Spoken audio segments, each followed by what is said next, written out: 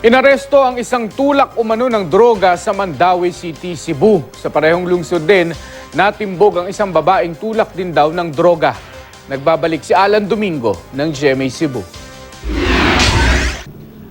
Arestado sa ikinasang one-time big-time operation ang isang notadong tulak umano ng droga sa barangay Pacnaan, Mandawi City. Sinalakay ng mga otoridad ang bahay ng 40 anyos na si Maricel Alforque. Nahuli rin sa bahay ng suspek ang anak nitong si Mark Alforque at 3 iba pang lalaking may kinalaman din umano sa kalakaran ng iligal na droga. Kinilala silang sina Renato Zanoria, Mark Tulibaw at Charles Tercero.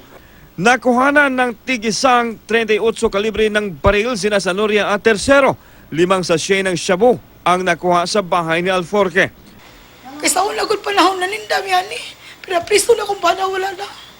Nga ako nga nga yung pagkato ako nga nga pwede doon. Wala nagkuhan eh. Dugay na ni siya nga gun for hire nila. Maricel. Nasa top 10 list of drug personalities ng pulisya ng Mandawi City si Alforque. Sinubukan pa raw lumaban ang suspek sa pulisya nang aristuhin siya. Iimbestigahan naman kung mga miyembro ng gun for hire group ba sina Zanoria at Tercero. Itinanggi ng iba pang suspek ang mga aligasyon. Dili mamay, gan purhay nga. Ungitay, ultimo, ungitay kapuyan mo, may kasakan. Sa parihong lungsod, nahuli si Jade Lugarta sa barangay Basak dahil din sa pagtutulak umano ng shabu. Nakuhanan siya ng shabu at 15 bala ng baril.